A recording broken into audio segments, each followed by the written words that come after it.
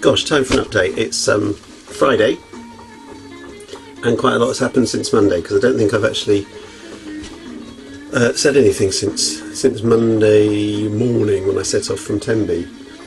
Well, things started to go wrong one at a time, and then got drastically wrong. First of all, I think the day before, that's right, the day before, the mount on the tiller pilot disintegrated. I don't think it's teak, because teak doesn't soak in water like that.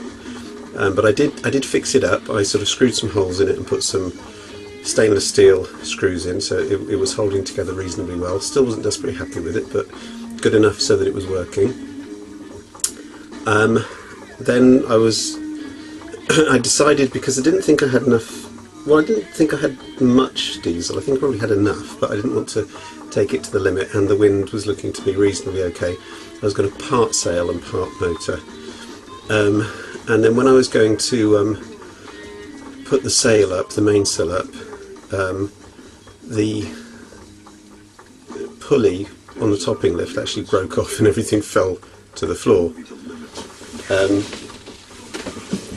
So that wasn't particularly good. That meant I couldn't use the mainsail, so I used the foresail, which is huge, which was good, which was okay, and actually it was nice to get the boat sailing for a little bit, and I took a tiny little bit of video of that, so that was very pleasant.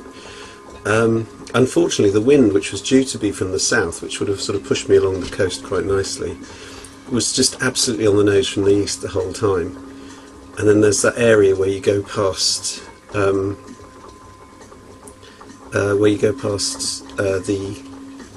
bit that sticks out. What's the bit that sticks out called? The Gower Peninsula. When you go start getting past the Gower, there's a bit that sort of shallows a little bit, and the sea gets very confused. And I was tacking and really making no progress at all, and I was way behind schedule. So by this time, because I set off about 9 o'clock in the morning, by this time it was, say, 6 o'clock, and I really wanted to get back to Swansea before it got dark, get to Swansea before it got dark. So I turned the motor on. I checked the fuel, quarter of a tank, that seemed alright, and it died. After about 3 or 4 minutes, it just died.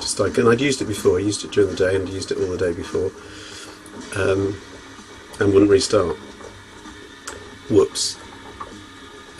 So I thought, okay, it's back to tacking. I might be back after midnight, which wouldn't be particularly good because of the way the tides were going to be going, because the tide was going to be against me and so on. So this wasn't a nice situation at all. The weather had been okay up till then, but it was very rough. I wasn't getting anywhere, and then really one of the last straws was that the mount on the tiller pilot broke. So I had no mainsail, no way of steering the boat without me being constantly there, and no engine.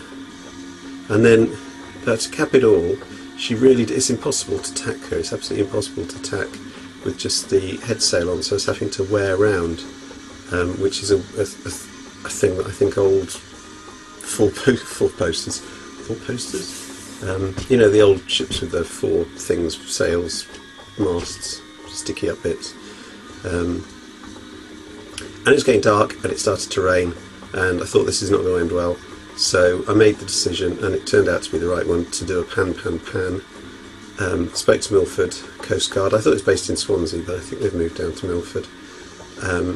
They contacted the local RNLI station, who decided, we talked about the situation, the best thing to do was to get a tow in. In retrospect, maybe it would have been nice to have called them a little bit earlier.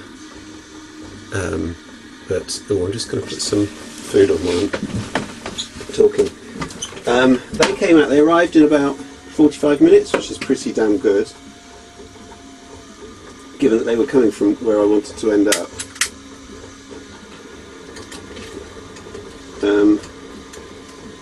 Incredibly nice bunch of guys.